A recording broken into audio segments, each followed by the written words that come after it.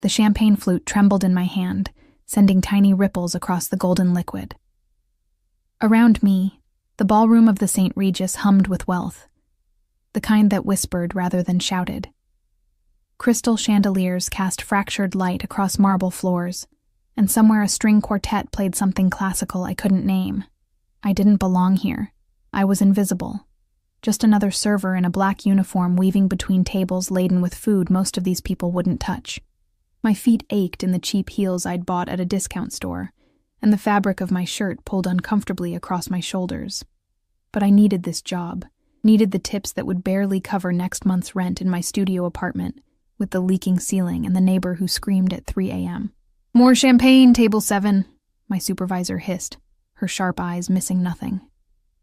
I nodded, grabbing a fresh bottle from the service station. My reflection caught in one of the ornate mirrors lining the walls, pale face, dark circles under green eyes, blonde hair pulled back so tightly it made my scalp ache. I looked exactly like what I was.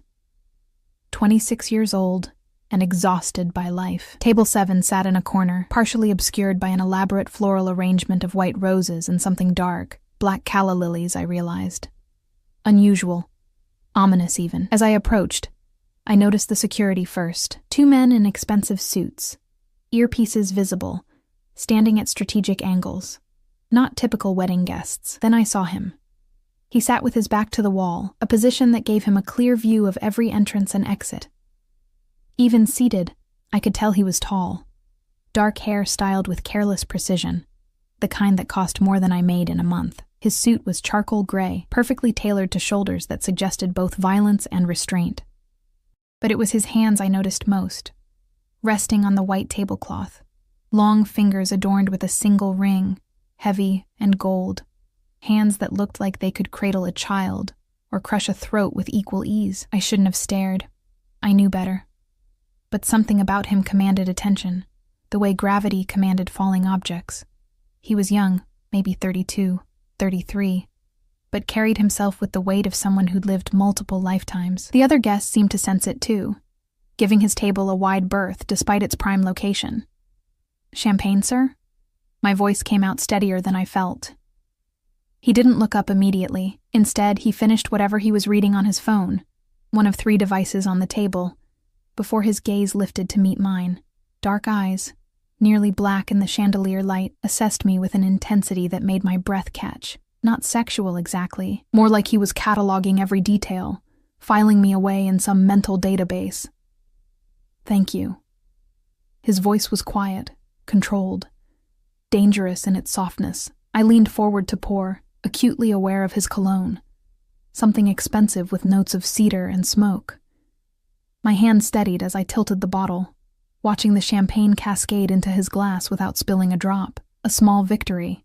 That's when I noticed the woman. She approached from the opposite side, her red dress a slash of color against the room's muted elegance, beautiful in that sharp, calculated way. High cheekbones, lips painted the color of fresh blood, eyes that promised things I couldn't name. She moved with the confidence of someone who'd never been told no. "Dante," she purred, her hand already reaching for his shoulder. I started to step back, to disappear as servers were trained to do. But the bottle caught on the edge of his water glass. Crystal, expensive, probably worth more than my car. Everything happened in slow motion. The glass tipped, water arcing through the air in a perfect, terrible parabola. I lunged to catch it, overcorrected, and watched in horror as champagne splashed across the front of his suit jacket. Time stopped. The quartet continued playing, conversations buzzed around us. But in our corner, silence descended like a guillotine blade. "I'm so sorry," I whispered, grabbing napkins with shaking hands. "I'm so sorry. I'll pay for the cleaning. Don't." One word, soft as silk, sharp as a knife. I froze, napkins clutched uselessly in my hands. His security had moved closer, tension radiating from them like heat. The woman in red watched with barely concealed amusement, her lips curving into a smile that made my stomach turn. Dante, apparently his name, stood slowly. He was taller than I'd thought, at least 6'2", and the wet fabric clung to a chest that confirmed my earlier assessment about violence and restraint. He removed his jacket with deliberate movements, revealing a white shirt that probably cost more than my monthly salary. "What's your name?" He asked it casually, but I heard the command underneath, "Emma." My throat was dry. "Emma Collins. I'm so sorry. I'll speak to my supervisor about paying." "Emma." He said it like he was testing how it tasted. "You're afraid?" It wasn't a question. I nodded anyway, unable to form words. "You should be." He handed his jacket to one of his security guards without looking, but not of me. His gaze shifted to the woman in red, and something passed between them, a conversation conducted entirely in silence. She took a step back, her smile faltering. "Leave," Dante said quietly. For a moment I thought he meant me, but the woman's face went pale beneath her makeup. "You can't seriously—" "I don't repeat myself, Viviana." She left, heels clicking angrily against marble. I stood there, still clutching my napkins, wondering if I was about to be fired or worse. Around us, the party continued, but I swear I felt eyes on us. Curious, calculating, afraid. Dante's attention returned to me, and I resisted the urge to step back. Up close, I could see details I'd missed before. A small scar cutting through his left eyebrow. The shadow of stubble along his jaw. The way his eyes held mine without blinking, without wavering. Like he could see straight through to every secret I'd ever kept. "You're shaking," he observed. "I just ruined your suit. It's replaceable." He paused, head tilting slightly. "You work here often?" "This is my third event." The words tumbled out. "I usually work at Romano's downtown, but they needed extra staff tonight, and the pay was better, so I stopped myself, heat flooding my cheeks. "I'm sorry, you don't need my life story." Something flickered across his face. Not quite a smile, but close. "Romano's on Fifth Avenue?" I nodded, confused by the question. "Good food." He pulled out his phone, one of the three, and typed something quickly. "What time does your shift end?" "What?" "Your shift." "When does it end?" 11:30, but I don't understand." "My driver will take you home." He said it like it was already decided, like my opinion was irrelevant. "The streets aren't safe at midnight for a woman alone." "That's not necessary," I protested. Even as part of me recognized the truth in his words. I usually took the subway, looking over my shoulder the entire way. Keys gripped between my fingers like makeshift weapons. "I can manage." "I'm sure you can." His voice held something that might have been respect. "But you won't have to, not tonight." One of his security guards appeared at his elbow, murmuring something I couldn't hear. Dante nodded, then looked back at me. "I have business to attend to. Marco will find you when you're finished." He gestured to one of the guards, a barrel-chested man with kind eyes and scarred knuckles. "Don't refuse, Emma. It would be unwise." It wasn't a threat, exactly. But the implication hung in the air between us, heavy with unspoken consequences. Before I could respond, my supervisor materialized at my shoulder, her face the color of spoiled milk. "Mr. Moretti, I apologize profusely for my employee's clumsiness. She'll be terminated immediately, and of course we'll cover all costs." "No," the single word stopped her mid-sentence. "She stays," Dante continued, his voice still quiet, still controlled. "And if I hear she's been disciplined for this incident, I'll ensure this establishment loses my family's patronage, permanently. Do we understand each other?" My supervisor's throat worked. "Yes, Mr. Moretti. Of course. Thank you for your generosity." He didn't acknowledge her. His eyes held mine for another long moment, something unreadable in their depths. Then he turned and walked away, his security falling into formation around him like planets orbiting a dark star. I stood there, champagne-sticky napkins still clutched in my hands, trying to understand what had just happened. "Do you have any idea who that was?" My supervisor hissed once he was out of earshot. I shook my head, numb. "Dante Moretti. The Dante Moretti." She said it like I should know, like everyone should know. His family practically owns half of Boston. Hotels, restaurants, construction companies. She lowered her voice to a whisper. "Other things too. Things people don't talk about." The implication settled over me like ice water. Mafia. I'd just drenched a mafia boss in champagne. and he'd offered me a ride home. The rest of my shift passed in a blur of champagne refills and half-heard conversations. My hands moved automatically, pouring, clearing, smiling blankly, while my mind spun in useless circles. Every time I glanced toward table 7, Dante was gone. But his security remained. Silent sentinels who tracked my movements across the ballroom with unwavering attention. It should have terrified me. It did terrify me. But underneath the fear, something else stirred. Something I didn't want to examine too closely. At 11:20, my supervisor dismissed me with a curt nod and a warning look that said, "Don't screw this up again." I changed in the staff bathroom, trading my uniform for jeans and a sweater that had seen better days, my fingers fumbling with the zipper. In the mirror, my reflection looked haunted. Pale skin, 2 bright eyes, blonde hair escaping its elastic and messy strands. I looked exactly like what I was. A woman running from ghosts. 6 months ago, I'd been engaged. I'd been planning a wedding, picking out flowers, imagining a future that included children and a white picket fence and all the stupid, ordinary dreams girls are taught to want. Then came the diagnosis: premature ovarian failure. The doctor's words had been clinical, detached. Your chances of conceiving naturally are less than 1%. Derek had left 3 weeks later. Not immediately. He wasn't cruel enough for that, but I'd seen it in his eyes, the way his smile no longer reached them, the way he flinched when I mentioned baby showers or our friends' pregnancy announcements. He'd wanted children, needed them apparently, more than he needed me. "You're broken," he'd said during our final fight. Not angry, just stating a fact.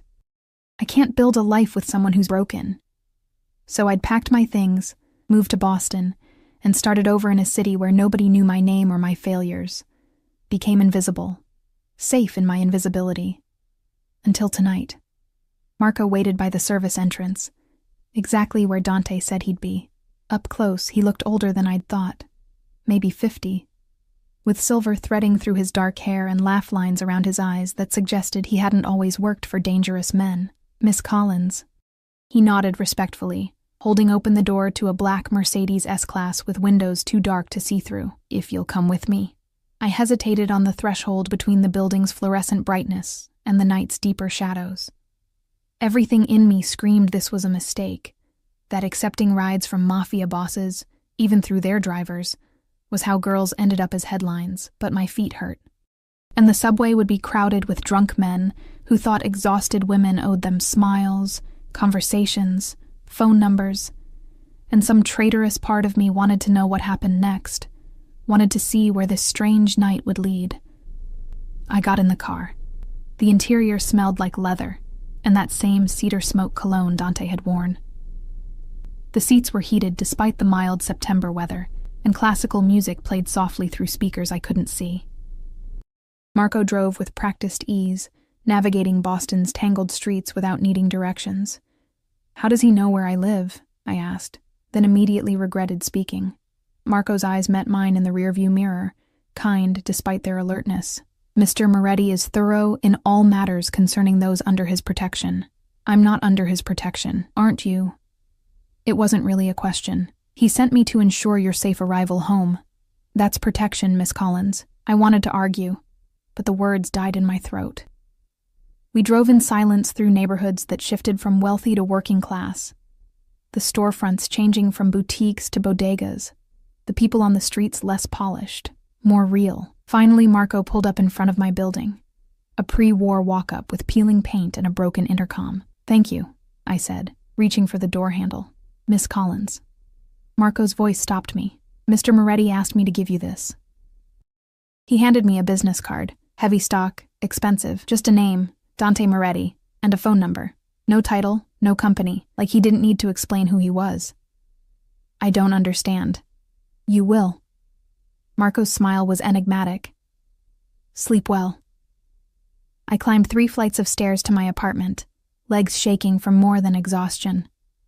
Inside, the familiar cramped space should have been comforting. Instead, it felt suffocating. One room serving as bedroom, living room, and kitchen. A bathroom barely big enough to turn around in. Water stains on the ceiling from the unit above, and the perpetual smell of Mrs. Chen's cooking seeping through the walls. This was my life. Small, contained, safe. I set the business card on my nightstand and tried not to look at it. Sleep didn't come easy. When it finally did, I dreamed of dark eyes and quiet voices and hands that could destroy or protect with equal precision. Morning arrived too soon, dragging me from restless sleep with the insistence of my alarm clock's shrill beeping.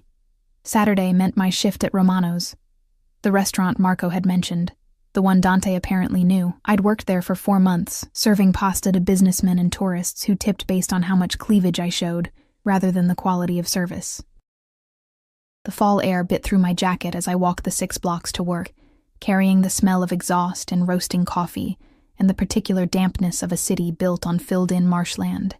I kept my head down, earbuds in even though no music played, the universal signal for don't talk to me. Romano's occupied the ground floor of a historic brownstone, all exposed brick and low lighting designed to feel romantic. I tied on my apron in the back, nodding to the other servers, Jessica with her perfectly highlighted hair, Marcus who was putting himself through law school, old Tony who'd been here since the place opened 30 years ago. "You look terrible," Jessica observed, applying lipstick in the staff mirror. "Rough night?" "Long night." I didn't elaborate. The lunch shift started slow. A few tourists, some locals, nobody particularly memorable. I fell into the familiar rhythm of taking orders, delivering food, clearing tables. Mindless. Safe.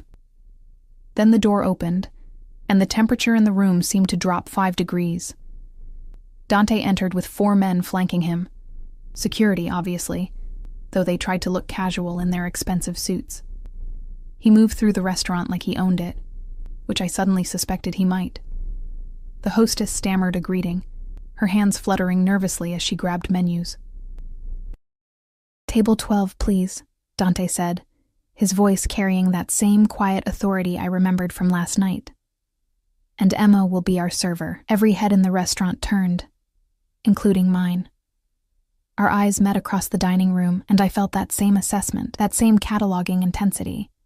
He didn't smile, didn't acknowledge the strangeness of this moment, just waited, patient as a predator. The hostess looked at me desperately. I forced my legs to move, weaving through tables until I stood before him again. In daylight streaming through the windows, he looked different. Still dangerous, still commanding, but younger somehow. More human. "Good afternoon, Mr. Moretti. Professional, distant." "Can I start you with something to drink? Espresso, double." He handed the menu back without opening it. "And bring another for yourself. Sit." "I'm working." Tony. Dante's gaze shifted to my manager, who'd materialized from the kitchen with the speed of a man who recognized both opportunity and threat. "Emma will be taking her break now." "Yes?" It wasn't a question. Tony nodded so hard I thought his head might detach. "Of course, Mr. Moretti. Take all the time you need, Emma." I wanted to refuse. Wanted to maintain some semblance of control over my own life. But Dante's security had positioned themselves at strategic points throughout the restaurant, and every instinct I possessed screamed that defying him would be monumentally stupid. I sat. Up close, in natural light, I noticed more details. The precise way his shirt collar sat against his throat. The platinum watch on his left wrist. Subtle, but undoubtedly expensive.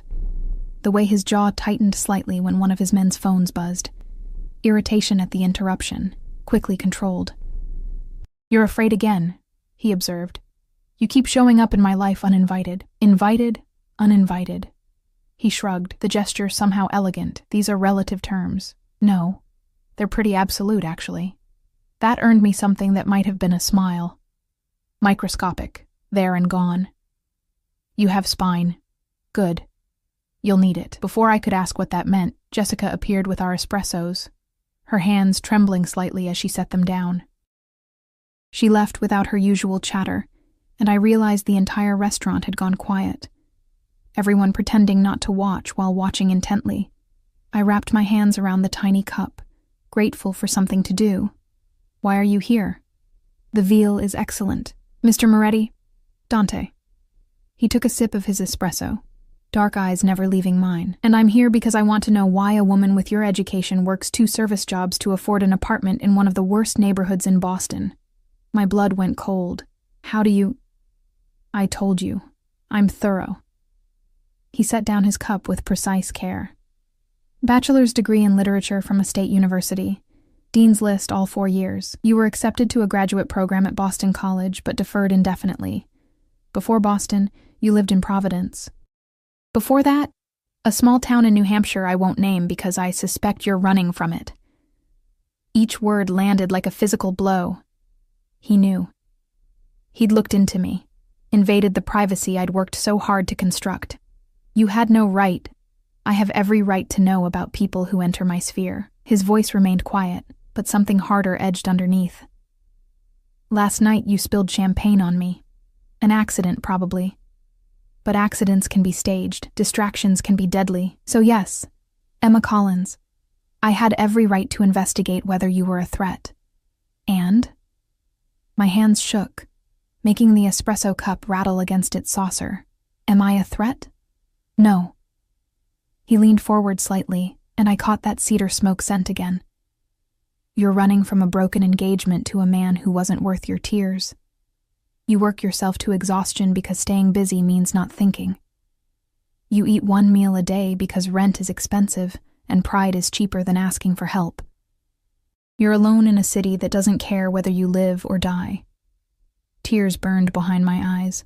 I refused to let them fall. "What do you want from me?" Dante was quiet for a long moment, his expression unreadable. When he finally spoke, his words were careful, measured. "I want to offer you a proposition." "I'm not sleeping with you." The words came out sharper than intended, defensive. To my surprise, he laughed, actually laughed. A low, rusty sound that suggested he didn't do it often. "No, though I appreciate the directness." His expression sobered. "I need a wife, Emma, and you need a way out of the life you're currently trapped in."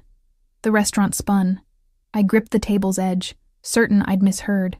"You're insane." "Possibly." He pulled out his phone, one of 3, I noticed again, and scrolled through something before turning the screen toward me. Photographs. 9 children, ranging from maybe 2 years old to early teens. Different features, different coloring, but all beautiful in that way. Children are before life hardens them. "These are mine," Dante said quietly. 9 children from 3 different mothers who decided motherhood was less appealing than the settlements I offered. They live with nannies, see me when my schedule allows, and deserve better than a father who's married to his work. I stared at the photos, unable to process what he was telling me.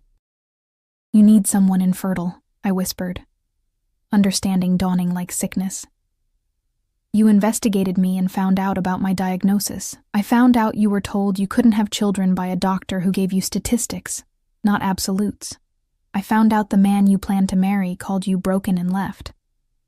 I found out you've spent 6 months believing you're worth less because your body doesn't conform to someone else's expectations." His hand moved across the table, stopping just short of touching mine. "I'm offering you a different story, Emma.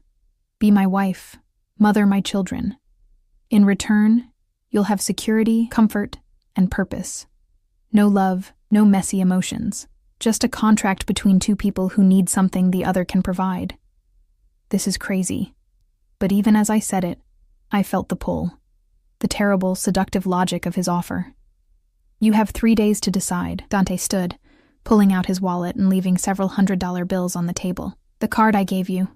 Call that number when you've made your choice. Or don't call, and we'll never speak again." He turned to leave, his security falling into formation. At the door he paused, looking back at me with an expression I couldn't read. "For what it's worth, Emma, broken things are often the strongest." They've already survived the breaking. Then he was gone, leaving me alone with cold espresso and a choice that felt like standing at the edge of a cliff, trying to decide whether to jump or step back to safety, except I wasn't sure which direction was which anymore. I didn't call. For 3 days I carried Dante's card in my pocket like a talisman or a curse. I couldn't decide which. During my shifts at Romano's, I felt eyes on me constantly. His security, probably, making sure I didn't run or do something stupid. The weight of their surveillance should have angered me. Instead, it made me feel seen in a way I hadn't been in months. On the second night, I came home to find my landlord waiting in the hallway, his expression apologetic but firm. "Emma, I'm sorry, but I need to talk to you about the rent." My stomach dropped. I paid on time.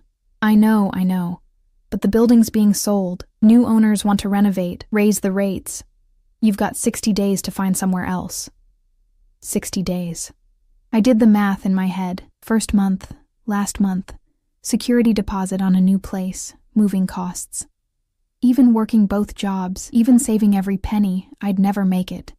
Not in Boston, where studio apartments cost more than some people's mortgages. That night, I pulled out Dante's card and stared at it until the numbers blurred. Just a contract, he'd said. No love, no messy emotions. But nothing was ever that simple. I knew enough about men like him, from movies, from whispered stories, from the careful way people said his name, to understand that contracts with the devil rarely ended well for the person signing. On the third day, my phone rang during my lunch shift. Unknown number. I almost didn't answer. Miss Collins. Marco's voice, warm and professional. Mr. Moretti asked me to remind you that today is the final day of your deliberation period. He'll be at the Harborview estate until midnight if you wish to speak with him in person. I haven't decided. He knows.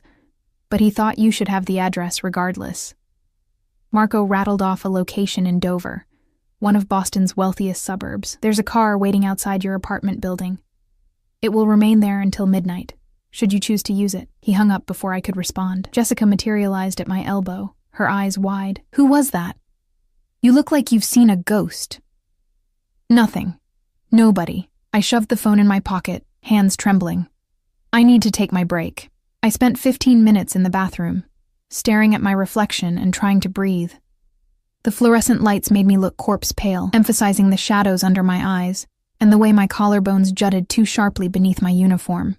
You eat 1 meal a day because rent is expensive, Dante's words echoed in my skull. He'd seen through me so easily, cataloged my failures and survival mechanisms with clinical precision. Part of me hated him for it. Part of me was grateful someone had finally looked closely enough to notice. My shift ended at 9. I took the bus home instead of the subway, watching the city slide past in a blur of lights and shadows. The Mercedes was exactly where Marco said it would be, idling at the curb like a patient predator. The driver, a different man than Marco, younger, with a scar bisecting his left cheek, nodded when I approached. Miss Collins, are we going to Dover? The question hung in the air. Last chance to walk away, to choose safety over the unknown. I got in the car. The Harborview estate sat behind iron gates and stone walls that screamed old money and older secrets. As we drove up the winding driveway, I caught glimpses of manicured gardens, a fountain illuminated by underwater lights, and finally, the house itself, a sprawling colonial that belonged on the cover of architectural magazines. Security checkpoints, cameras, men with earpieces who watched our approach with the dead-eyed focus of professionals. This wasn't just wealth. This was a fortress. The car stopped beneath a portico where warm light spilled from leaded glass windows. Marco waited at the entrance, his expression carefully neutral. Miss Collins, Mr. Moretti is in his study. Follow me, please. Inside, the house smelled like beeswax and old books and something floral I couldn't identify. Marble floors, crystal chandeliers, art that was probably worth more than I'd earn in a lifetime, but it wasn't cold or sterile. Toys scattered in corners, a stuffed elephant, building blocks, a child's drawing taped to an ornate mirror. Evidence of the 9 lives Dante had mentioned.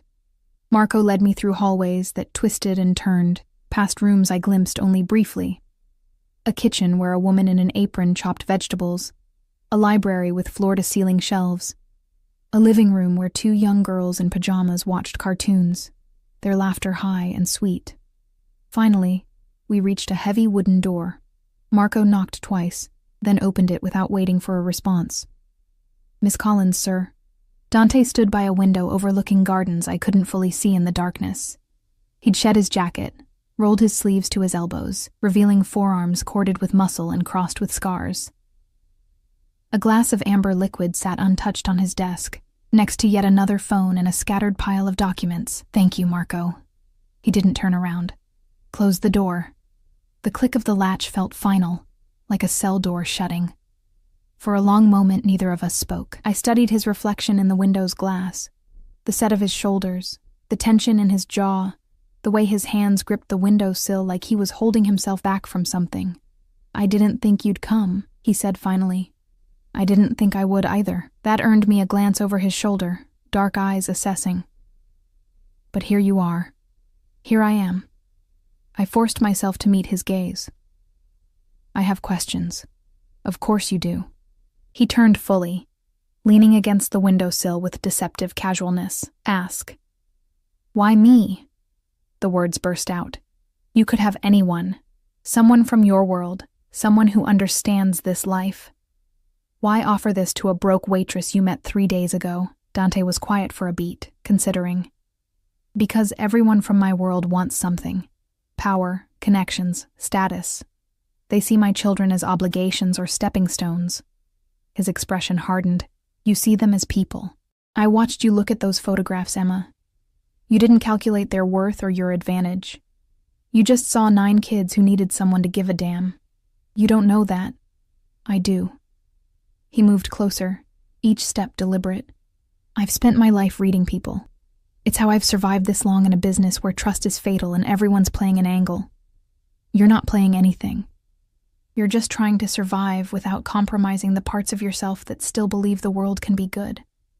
He stopped an arm's length away, close enough that I could smell cedar and smoke, and something underneath. Soap, maybe. Or the whiskey he hadn't touched. "I need someone who will love my children without agenda. Who will be there when I can't be, which is often. Who won't decide motherhood is too hard when the novelty wears off." His voice dropped lower. "And you need a reason to stop running from the woman who called you broken. This arrangement benefits us both. It's insane," I whispered. But the protest sounded weak even to me. "Probably." A ghost of that rare smile. Most worthwhile things are. I wrapped my arms around myself, suddenly cold despite the room's warmth. "What would you expect from me, specifically?" "Honesty." Dante ticked items off on his fingers. "Loyalty to my children, and by extension to me. Discretion about my business affairs. You'll see things, hear things. Those stay within these walls. Public appearances when necessary to maintain the fiction of a normal marriage." He paused. "And you'll live here, obviously. This is where the children are. And physically?" I couldn't look at him. "You said no messy emotions, but I won't touch you unless you ask me to." His voice was flat, matter of fact. "This is a business arrangement, Emma. I have no interest in forcing intimacy where none is wanted." Something about the way he said it made me look up. His expression was carefully blank, but I caught something in his eyes. Resignation, maybe, or loneliness. The look of someone who'd accepted that certain things simply weren't meant for him. "How long?" I asked. "This arrangement? Is there an end date?" "No." He moved back to his desk, putting distance between us. "Divorce in my family is complicated, messy, dangerous for everyone involved. If you agree to this, it's permanent. I won't lie about that. Permanent." The word settled over me like snow, cold and absolute. "I need to think." "No." Dante's interruption was gentle but firm. "You've had 3 days to think. Now you need to decide. Yes or no, Emma. Jump or step back." My heart hammered against my ribs. Every logical thought screamed this was wrong, reckless, the beginning of a disaster I couldn't foresee. But logic hadn't kept me warm in my studio apartment. Logic hadn't filled the hollow space Derek left when he walked away. Logic was just another word for safe, and safe had gotten me exactly nowhere. I thought about the children in those photographs, the toys scattered through this enormous house, the laughter I'd heard from the living room. I thought about my landlord's apologetic face, and my dwindling bank account, and the bone-deep exhaustion of working 2 jobs just to stay afloat. I thought about Derek's voice. "You're broken." And I thought about Dante's quiet correction. Broken things are often the strongest. "Yes." The word came out barely audible. I cleared my throat, tried again. "Yes, I'll do it." Something flickered across Dante's face.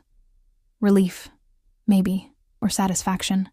He pulled open a desk drawer and extracted a document, already prepared, like he'd known all along what my answer would be. "This is the contract. Read it carefully. My lawyer will be here tomorrow to notarize if you still agree to the terms.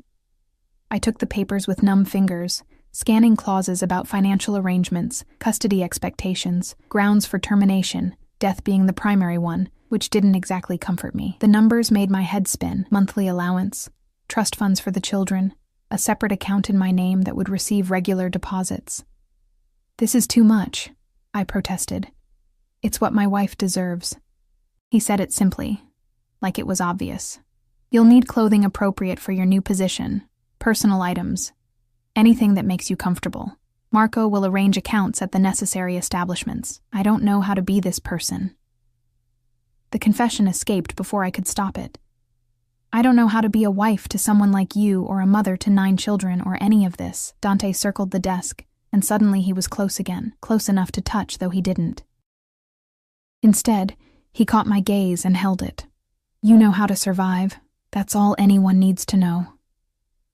His hand lifted, hovering near my face for a heartbeat, before he seemed to think better of it and let it fall. "The wedding will be small, next Saturday. Just family and necessary witnesses. We'll say it was a whirlwind romance.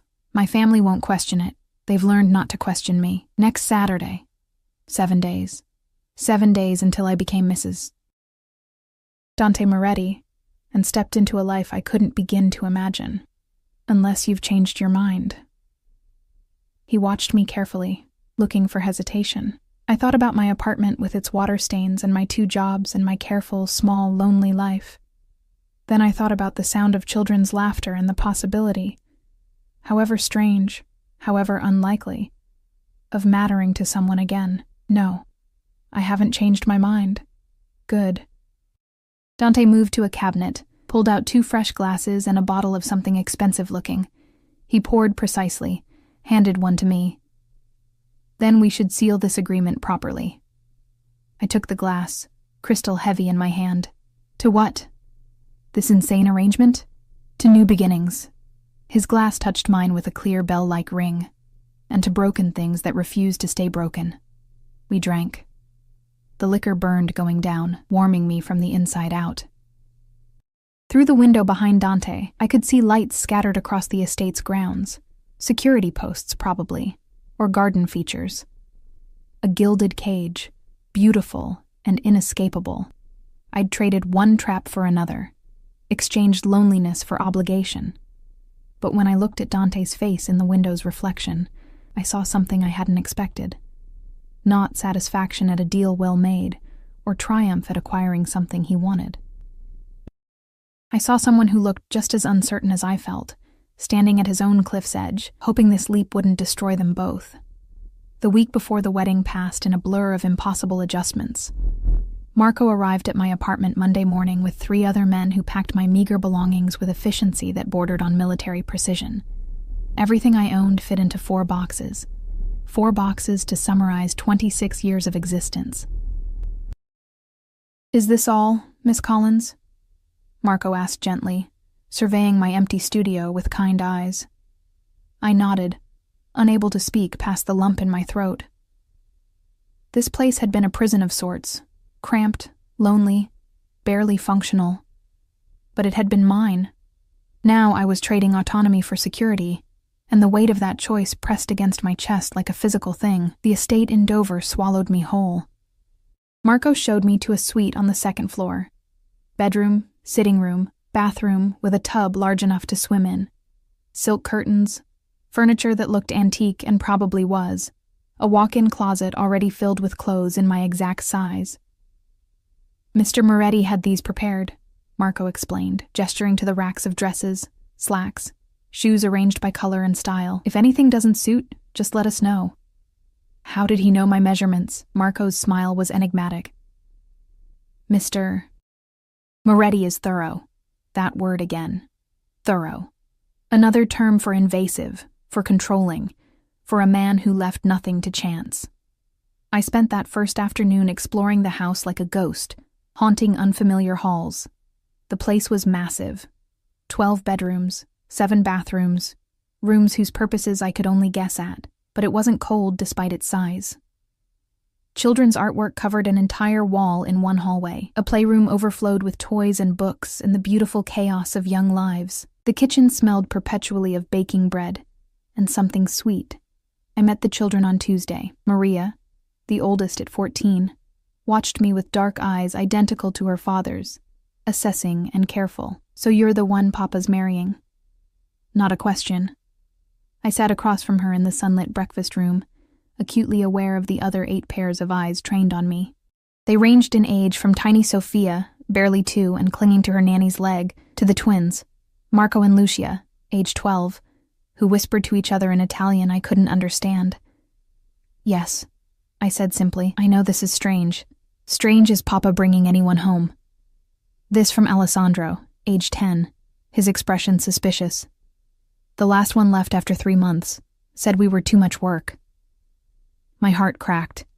"You're not too much of anything, and I'm not going anywhere. That's what they all say." Maria's voice carried the world weariness of someone far older than 14. "Until Papa's business takes priority, or we get too loud, or too messy, or too real." I understood then what Dante had meant. These children had been abandoned repeatedly, left by mothers who saw them as obligations rather than people. They'd learned not to trust promises or hope for permanence. "I can't make you believe me," I told them honestly. "Not yet. But I can show up every day and be here.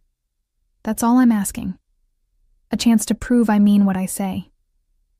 Little Sophia broke away from her nanny and toddled over, sticky hands reaching for me. I lifted her automatically, settling her on my hip.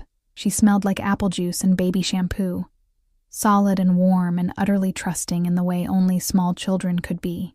"Pretty," she announced, patting my face with syrup-sticky fingers. The other children watched this interaction with varying degrees of surprise. Even Maria's expression softened fractionally. "She doesn't usually warm up to strangers," the nanny, Mrs. Chen, who I'd seen cooking in the kitchen, observed. "You must have a gift." I didn't have a gift. I just knew what it felt like to be left. And I'd be damned if I'd do that to anyone else, especially not to 9 children who'd already survived too many departures. Dante was absent most of that week. I saw him in passing, emerging from his study at odd hours, taking phone calls in Italian that sounded tense, leaving before dawn in armored SUVs surrounded by security. When our paths crossed, he was unfailingly polite but distant, like I was a business associate, rather than his soon-to-be wife. Wednesday evening, I found him in the library, surrounded by papers and looking exhausted in a way that went bone deep. He'd loosened his tie, rolled his sleeves, and the lamplight threw shadows across his face that made him look older. "You should eat something," I said from the doorway. He glanced up, surprise flickering across his features. "I'll eat later." "You said that 4 hours ago." I entered uninvited, carrying the sandwich I'd made in the kitchen. "Mrs. Chen mentioned you skip meals when you're working. Mrs. Chen talks too much," but he took the sandwich, studying it like he couldn't quite believe I'd made it. "Thank you." I perched on the edge of a leather chair, watching him eat with the mechanical efficiency of someone refueling rather than enjoying. The children told me about the others, the women who left. Dante's jaw tightened. "They talk too much as well. They're scared I'll leave too, will you?" He set down the sandwich, attention fully on me now. "Have second thoughts already, Emma. Every 5 minutes. The honesty felt risky but necessary. But I gave you my word. I don't break promises." Something in his expression eased. "Good. Neither do I. Can I ask you something?" I waited for his nod. "Why did they leave? The mothers. Was it really just because the children were too much work?" Dante was quiet for so long I thought he wouldn't answer. When he finally spoke, his voice carried a weariness that matched his appearance. "I don't love easily, Emma. Maybe I can't love at all. I'm not sure anymore. The women I chose to have children with, they wanted the fantasy, the passionate romance, the all-consuming devotion, the man who'd burn the world down for them." He laughed, bitter and sharp. "I gave them security, respect, partnership, but that wasn't enough. They wanted something I couldn't provide, so they left. Took their settlements and walked away from children they'd stopped seeing as people." The pain underneath his words was carefully controlled, but unmistakable. Here was a man who'd tried to build something real, and failed repeatedly. who'd learned to protect himself by expecting nothing and offering less. "I won't ask you for love," I said quietly. "I don't have any left to give anyway." His eyes met mine, and I saw recognition there, two broken people agreeing not to cut each other on their sharp edges. "Then we understand each other." He stood, moving to a cabinet and withdrawing a small box. "I have something for you." Inside was a ring, not ostentatious or flashy, just a simple platinum band with a single diamond that caught the light and threw rainbows across the ceiling. Beautiful in its restraint. "It was my grandmother's," Dante explained. "She married my grandfather in an arrangement not unlike ours. They learned to care for each other over time, built something real from a business transaction." He took the ring out, holding it between us. "I'd like you to have it, if you'll accept." I extended my hand, trembling slightly. Dante slid the ring onto my finger with surprising gentleness, his calloused hands warm against my skin. It fit perfectly. Of course it did.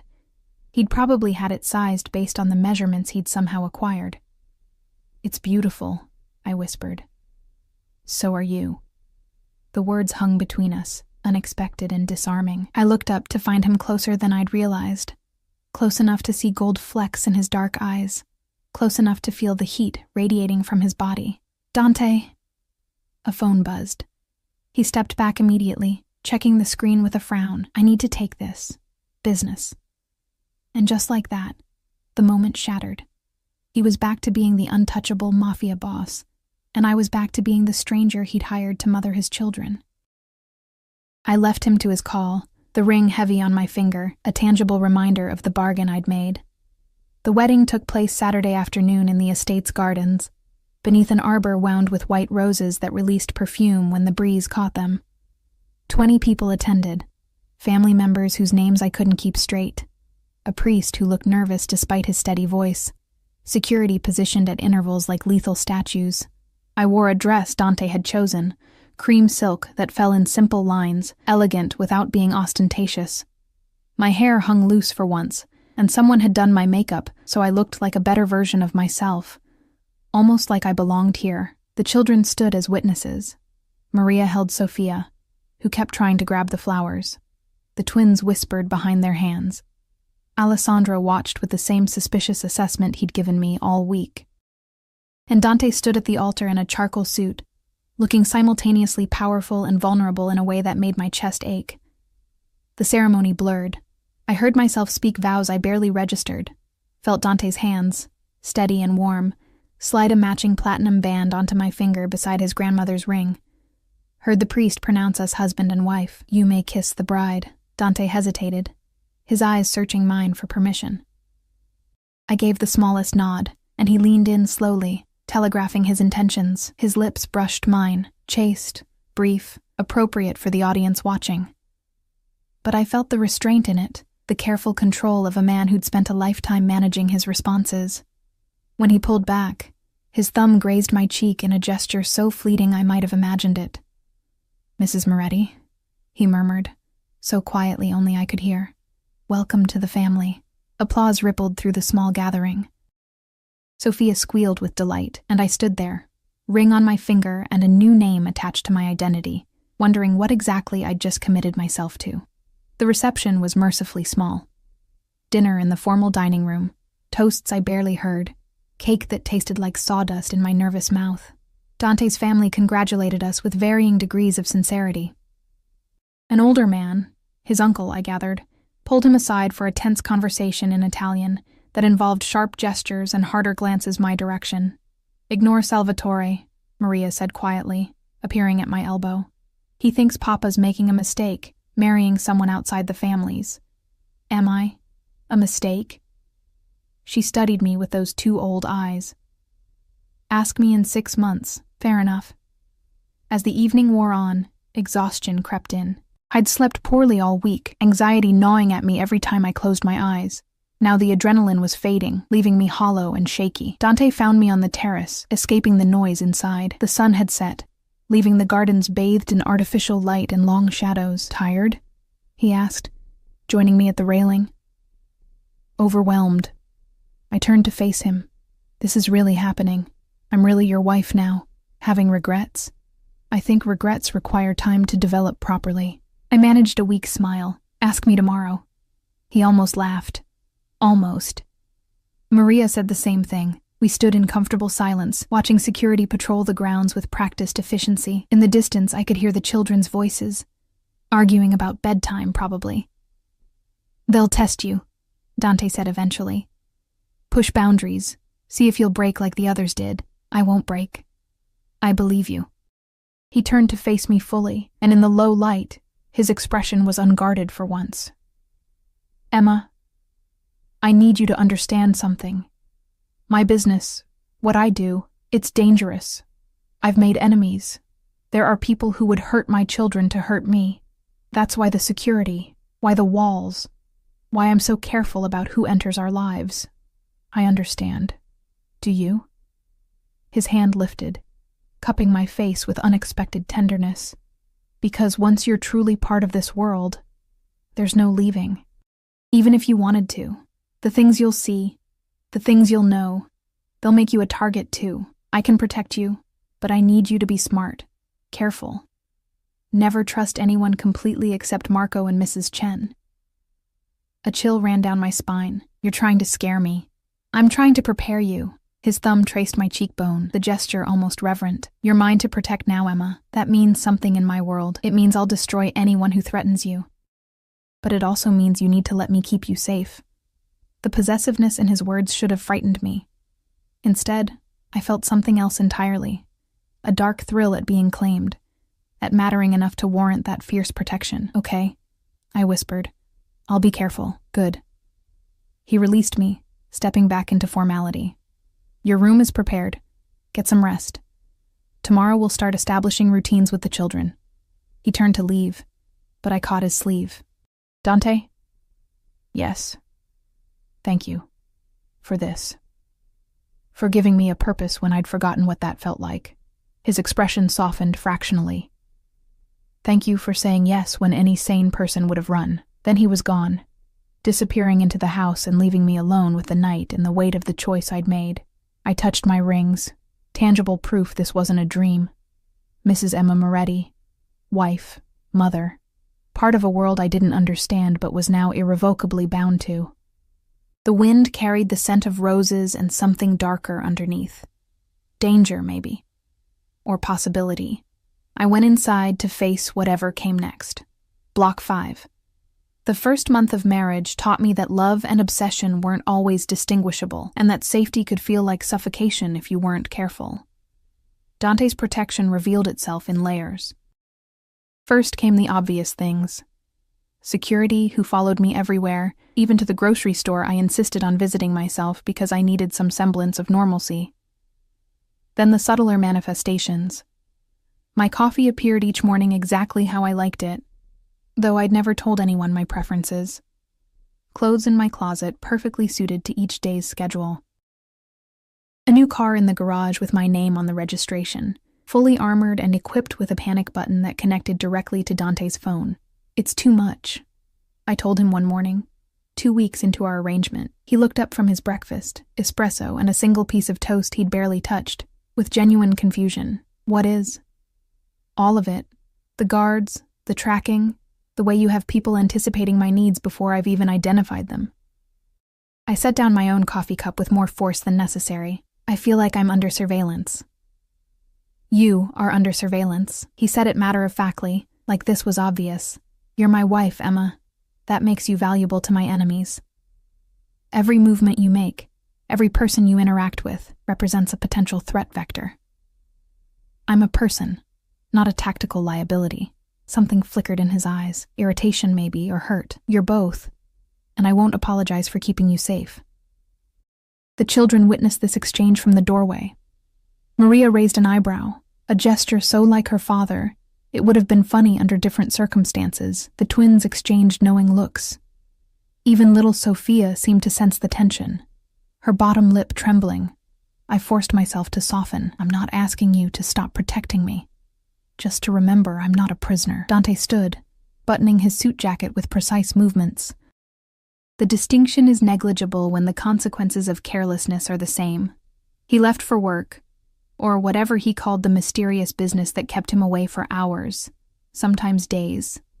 And I was left with the children and my growing understanding that I'd married a man who confused possession with protection, who couldn't separate keeping someone safe from keeping them controlled. But the children needed me, and that made everything else bearable. Alessandro's nightmares started the second week. I'd hear him crying at 3 a.m, muffled sobs that broke something in my chest. The first time, I went to him without thinking, settling on the edge of his bed in the darkness. "Hey," I whispered. "Bad dream?" He nodded, ashamed tears on his cheeks, 10 years old and already trying to be tough, to not need comfort. "Want to talk about it?" Mama left. His voice cracked. "In the dream, I mean.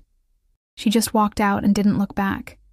And Papa said it was my fault for being too loud, too messy, too much." "Stop." I pulled him into my arms, this child who barely knew me but needed someone so desperately. "You are not too much. You're exactly right. And I'm not leaving. You don't know that." "Yes, I do." I smoothed his hair back from his forehead. "Because I made a promise to you and your siblings, and I don't break promises. Ever." He cried against my shoulder, and I held him until the tears stopped and his breathing evened into sleep. When I tried to leave, his hand caught mine. "Stay?" So I stayed, curled awkwardly in his too small bed, keeping watch over this broken child who'd learned too young that love was conditional. I didn't know Dante stood in the doorway until I heard his quiet footsteps retreating down the hall. The incident with Viviana happened 3 weeks in. I was at the children's school for parent-teacher conferences, a responsibility Dante usually delegated to nannies, but that I'd insisted on handling. Maria needed someone who actually cared about her declining math grades and increasing absences. The twins deserved parents who noticed when they excelled at science. Alessandro's teacher wanted to discuss his anxiety in class. I was leaving the building, juggling folders and my purse, when a red Ferrari pulled up to the curb. The woman who emerged wore designer everything, and a smile sharp enough to cut, Viviana.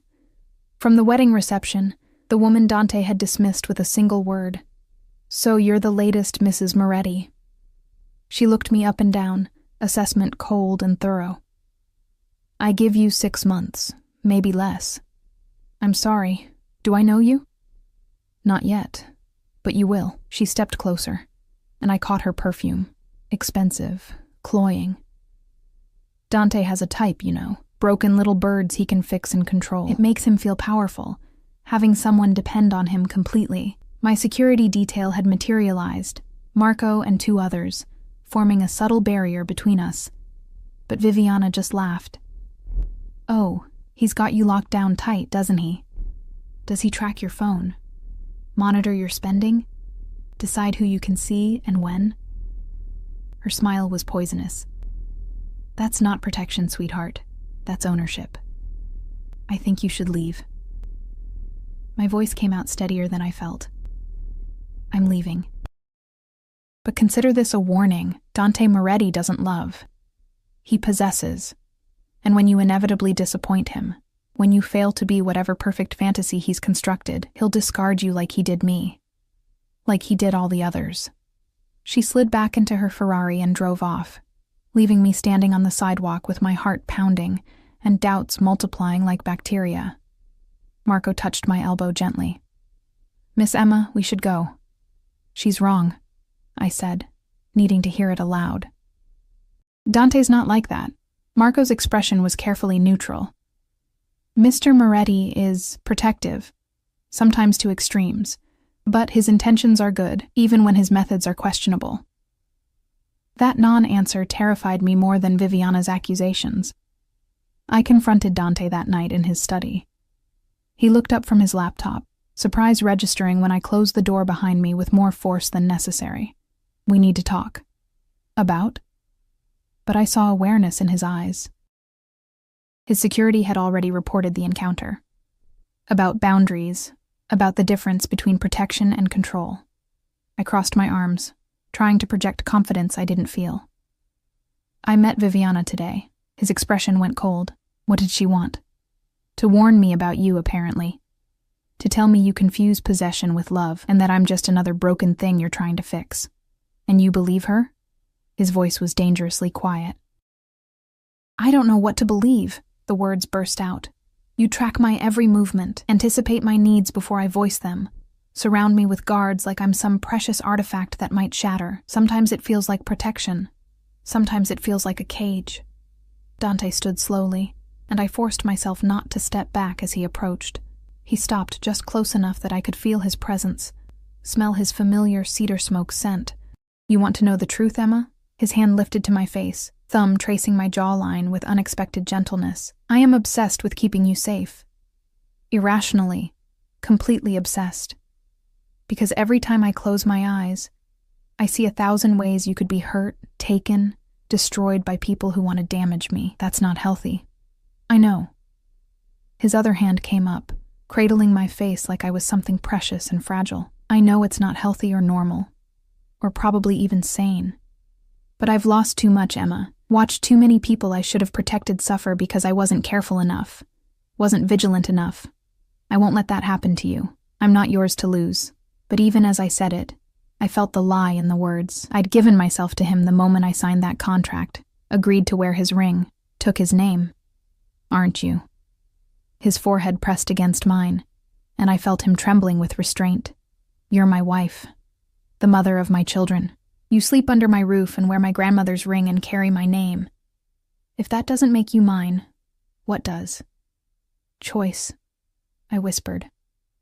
I need to feel like I chose this, not that I'm trapped in it. He pulled back just enough to meet my eyes. Then choose now. Tell me to back off, to give you space, to treat this like the business arrangement we agreed to. I'll do it. I'll hate every second, but I'll do it if that's what you need. I should have said yes. Should have established boundaries and demanded the independence I'd sacrificed for security, but standing there with his hands on my face and his eyes burning into mine, I couldn't find the words, because the terrifying truth was that I liked being claimed, liked mattering enough to warrant his obsessive protection. After months of being invisible, being treated like damaged goods, being told I was broken, Dante's possession felt like validation. I don't want you to back off, I admitted, shame and relief mixing in equal measure. I just need to know this is real, that I'm not just another responsibility you're managing. Emma. He said my name like a prayer. You're the only thing in my life I chose for myself. Everything else, the business, the responsibilities, the weight of my family's expectations, that was decided before I was born. But you? I chose you, and I'd choose you again every single day. His lips met mine, and this kiss was nothing like the chaste brush at our wedding. This was claiming and need and barely leashed desperation. His hands tangled in my hair, holding me like I might disappear if he loosened his grip. I melted into him, drowning in sensation, the taste of whiskey on his tongue, the solid warmth of his chest, the way he controlled every aspect of the kiss while somehow making me feel powerful. When we finally broke apart, both breathing hard, his eyes had gone nearly black. I need you to understand something. His voice was rough, wrecked. This stopped being a business arrangement for me weeks ago. Maybe it never was. And if you can't handle that, if you need distance, tell me now before I fall so deep there's no coming back. I looked at this dangerous, damaged man, who'd somehow become essential to my existence in less than a month, who protected his children with fierce devotion and managed his empire with cold precision and kissed me like I was oxygen. I don't want distance, I said. I want real. Whatever this is, I want the truth of it. The truth is I'm obsessed with you. He kissed me again, softer this time. The truth is, I check on you at night to make sure you're breathing. The truth is, I've memorized your schedule and your preferences, and the way you smile when Sophia does something cute. The truth is I'm possessive and jealous and probably toxic in at least 17 different ways. The truth is I don't care. I pulled him closer. The truth is I'm tired of being invisible, and you see me. The truth is being possessed by you feels safer than being alone. Something in him broke. He lifted me, carrying me to the leather couch against the wall. We collided there in a tangle of desperate hands and shed clothing, learning each other's bodies with the urgency of people who'd denied themselves too long. Later, wrapped in his arms with my head on his chest, I listened to his heartbeat and tried to reconcile the man who'd just made love to me with breathless reverence with the cold Mafia boss who ordered people's lives with single words. "I'm keeping you," he murmured into my hair. "Just so we're clear." Good. I traced patterns on his chest, following scars I'd noticed earlier but hadn't asked about, because I'm not going anywhere. His arms tightened around me. "Promise me." "I promise." The next 3 months proved that love built on obsession could be simultaneously beautiful and terrifying. Dante's possessiveness manifested in increasingly obvious ways. He couldn't stand other men looking at me for too long.